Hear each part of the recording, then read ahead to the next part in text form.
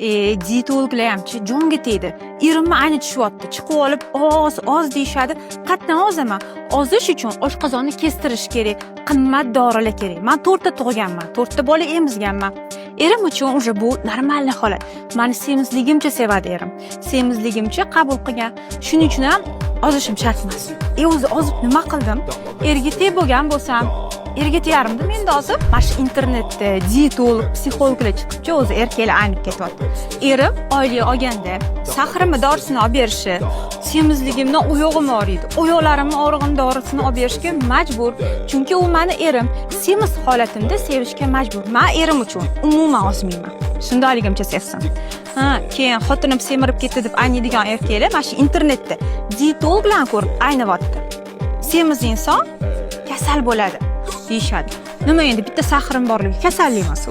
Erim sevsa, shu semizligimcha sevsin. Shundoq ham chiroyliman, 100 kilo bo'lsam.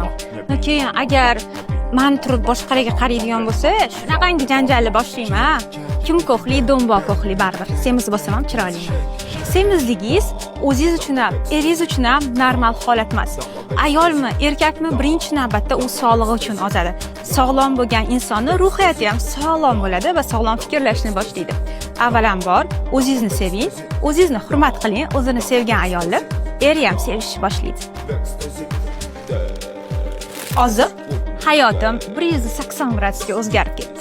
Sizga ham hali kecha emas hayotingizni o'zgartirishga olganingizdan keyin oilaviy munosabatlarda ham ancha-muncha o'zgarishlarni his qilishni boshlaysiz. Ayniqsa, eringizdan keladigan gullar va sovg'alar mayli, sovg'a bermasa ham onasi yana ham yosharib, chiroyli bo'lib ketibsan degan gaplarni o'zi sizga yetib ortadi.